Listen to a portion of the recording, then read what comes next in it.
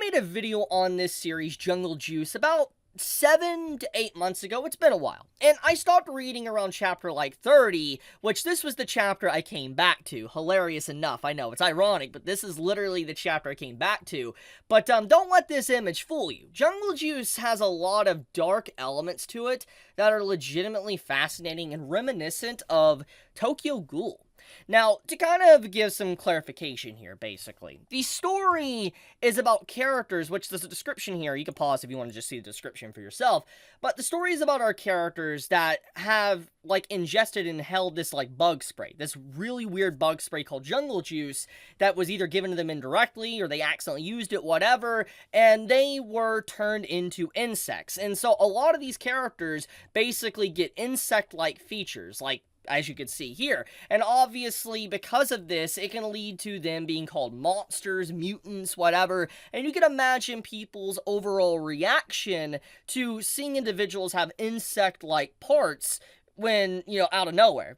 People's general reaction is going to be, you're a monster, kill it, etc. Because a lot of people find bugs very grotesque. They're disgusting looking. And so, if you see like an individual like this walk up to you that looks like an ant, you're gonna be scared. And so, just everything about the story, it's very reminiscent of the plot points of, like, Tokyo Ghoul, because it's not just the way they're different, but it's also because if you are someone that looks like an insect or has insect-like abilities, like an insect human, and if you were to eat another insect human, you will get stronger, but lose your mind. You'll slowly lose your sanity, so to speak.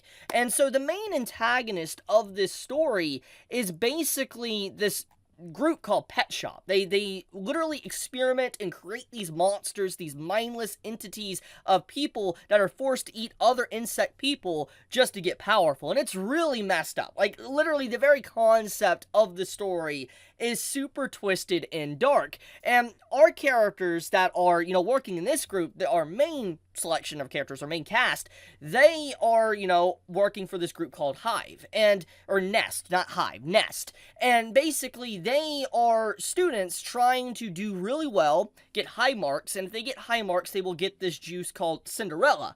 And this Cinderella, like cure or whatever, as I just said, cures your bug-like features. So you could go back into normal human society and not actually be a monster anymore. So you take an individual like, for instance, this guy right here, that obviously he didn't ask for this and he was turned into this, and a lot of people being thrown into experiments.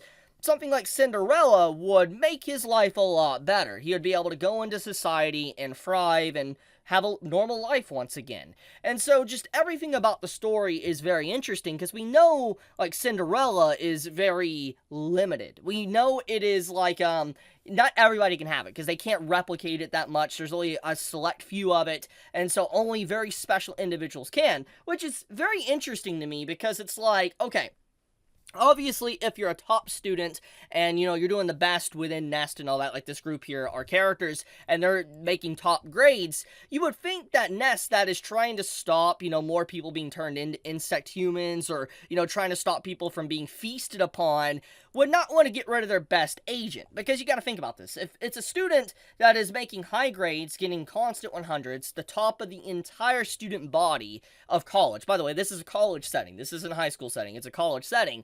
You would think that a person's getting high marks, they wouldn't want to give them Cinderella to just get them gone, because at that point, as far as they've went, they have become one with their variability, their bug-like ability. Are they really going to be the same? Will they be happy knowing they had to give that up? There's a lot of things that really come into play here with the story because of that. A lot of complex themes, like, would they even feel happy anymore if they were to give up, like, certain elements of themselves? Like, for instance, our main male character, Suchan, is a dragonfly.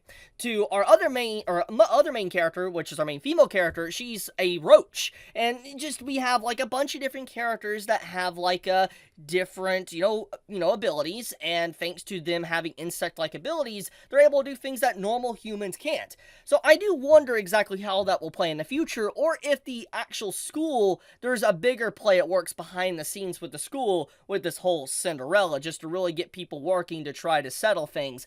We'll find out eventually. But let's get on topic here. So basically, I started rereading this series again, and I went back to reread the earlier chapters before chapter 32, which, got to this scene, and I'm currently right now on chapter 52. Basically, our main male character, he got his upgrade, basically. He got some, knuckles to be able to punch with, and he's currently fighting a praying mantis type individual that was the first enemy within the story. For instance, this guy is the reason why Suchan, our main male character, was even revealed to the public and had to go to Nest to begin with.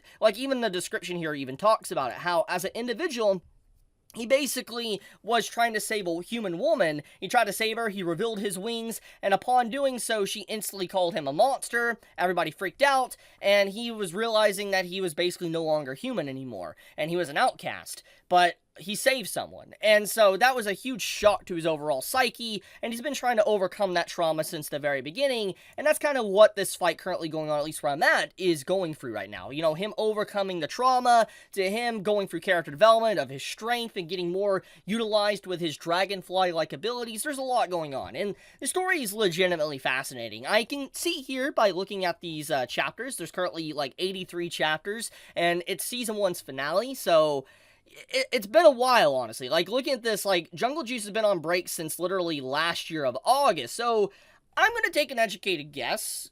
I don't know, but I'm assuming Jungle Juice is probably going to return soon. I mean, hell, it even says Jungle Juice will return. I'm assuming it's going to return very, very soon because of just how long it's already been. It's been since August. So, I give or take, maybe a few months from now, it'll probably return. I could be wrong there. But, yeah, I wanted to shout out the series, because I left it kind of on the side for a while, and then I got back to reading it, and I've been blown away, honestly. The story, like I said, is very reminiscent of Tokyo Ghoul. I like the darker themes to it, just seeing characters kind of in a situation where if they want to get stronger, they're kind of forced to eat others and all that. There's just so much going on within this story, and the characters are really well written and well drawn as well. I think that Jungle Juice easily is a standout series. I think it's actually one of the most popular webtoons currently on Webtoon right now. I could be wrong about that, but I really think it is. I always see it on Webtoon when I go to look on my phone what to read and all that. I always see it there, which is why I eventually decided okay, fine, I will catch back up with the series because I've really enjoyed it when I first read it, because I caught up with it and I was just waiting for more chapters, and here we are. I have a full entire season to read, which has been honestly amazing and fun. But let's get on topic though. The point of the matter is that if you're someone that has never heard of Jungle Juice, I recommend you give it a shot. It has a nice blend of Tokyo Ghoul, Terraformers, and just some... those are two series that really come to my mind, actually. Yeah, Terraformers and Tokyo Ghoul is what this reminds me of, because it has the elements of people eating others, or ghoul eating another ghoul, and then also, just the whole aspect of just insect-like abilities. It reminds me of that. So if you're interested in, some battle stories with some romance, slice of life, and also in a college setting, not high school setting, you should give Jungle Juice a try. Honestly, a link to this series will be in the description if you want to check it out for yourself. I fully recommend reading it. It has been so much fun, and I'm going to get back to reading as soon as I upload this video. But I guess I want to leave the video at that. Thank you so much for watching. May all of you be safe, stay healthy. Check the link out in the description if you want to read it for yourself. Chibi out.